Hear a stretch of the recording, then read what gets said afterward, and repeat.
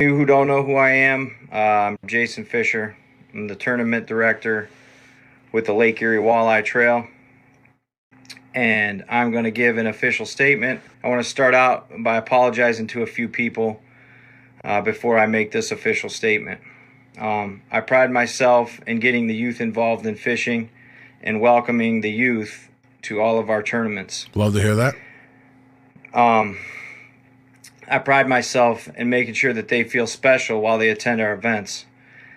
At Friday's event, I used language that wasn't friendly to anyone, youth or otherwise. I acted out of emotion, and for that I apologize to anyone who heard the video and audio. On Friday, 9/30 of 2022, we witnessed one of the most disgusting, dishonest acts that the fishing world has ever seen in lifetime. It's true. There's always been stories about dishonesty and competition, but I personally have never seen anything quite like this. In competitive fishing, that is. The individuals involved here appear to have put greed and ego in front of anything else, forever tainting our sport. True. When I was offered the opportunity to take the reins of the loot from my predecessors, I was handed a tournament series with years of history and stability. Taken over a few years ago, I set out to run a tight ship. I brought new energy, new ideas, and an overall new vision where I wanted the loot to be. I looked up to the national circuits. I knew with enough hard work we could bring a similar event. I sold this to all my anglers with hard work and dedication to our events, constantly growing the schedule and adding to our event footprint. I worked tirelessly, almost to a fault, trying to grow the loot into what it is today.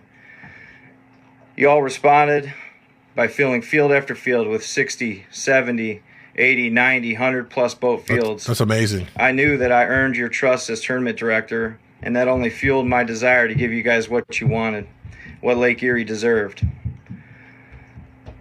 Tournament fishing represents so much more to me than what's being highlighted right now on social media.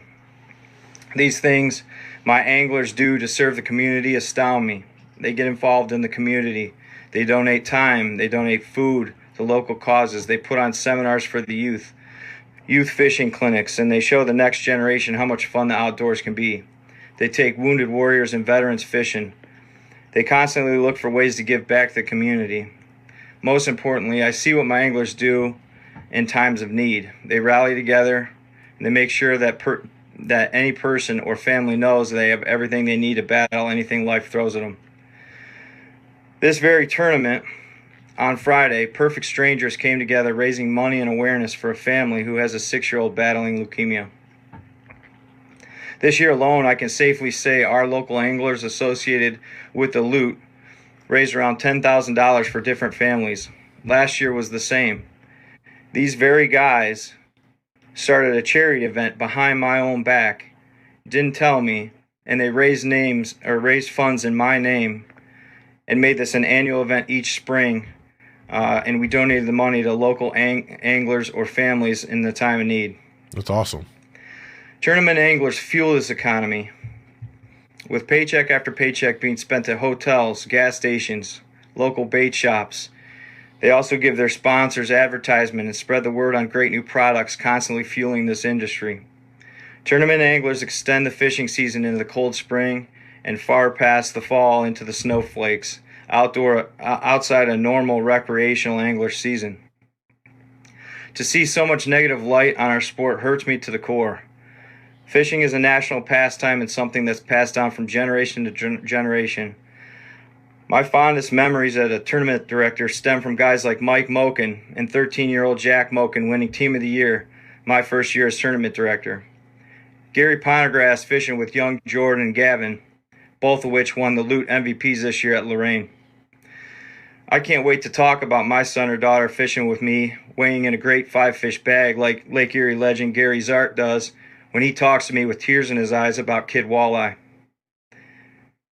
My man Clarence Dooley fishing with his daughter at the first tournament that I've ever hosted, nicknamed Monkey Wrench, and they cashed, I believe, a 3rd place check. These things are the things that need to be spotlighted right now, not 12-ounce weights and dishonesty. I can tell you as a tournament director, this type of behavior will not be tolerated. I'll figure out a way to make this right for my anglers, I hope we can learn from this and make some changes in tournament fishing that protect the integrity of all circuits. It's true. That's big. All the information from Friday has been turned over to the Division of Wildlife, and they will handle the case or any potential criminal action from this point forward. The Lake Erie Walleye Trail has turned over all records and submitted a statement as to what happened on Friday to the Ohio Division of Natural Resources. Finally, I hear all you anglers. We will fix this.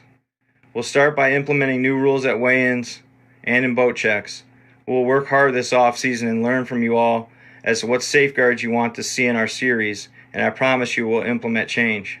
You all deserve it. You trusted me and it shows. I make mistakes and we all do, but event after event you prove your loyalty to the Lute and tournament angling. I see your overwhelming support in this challenging time, and for that I'm grateful. We'll come back from this and we will show the world that the best walleye fishery in the world has the best walleye anglers in the world, and the Lute will be your platform to shine for years to come. This will make us stronger. Thank you guys. I appreciate all the support. And lastly, to all parties involved, I hope they're okay, and I'm praying for you guys. And Lute strong, guys. Levi strong.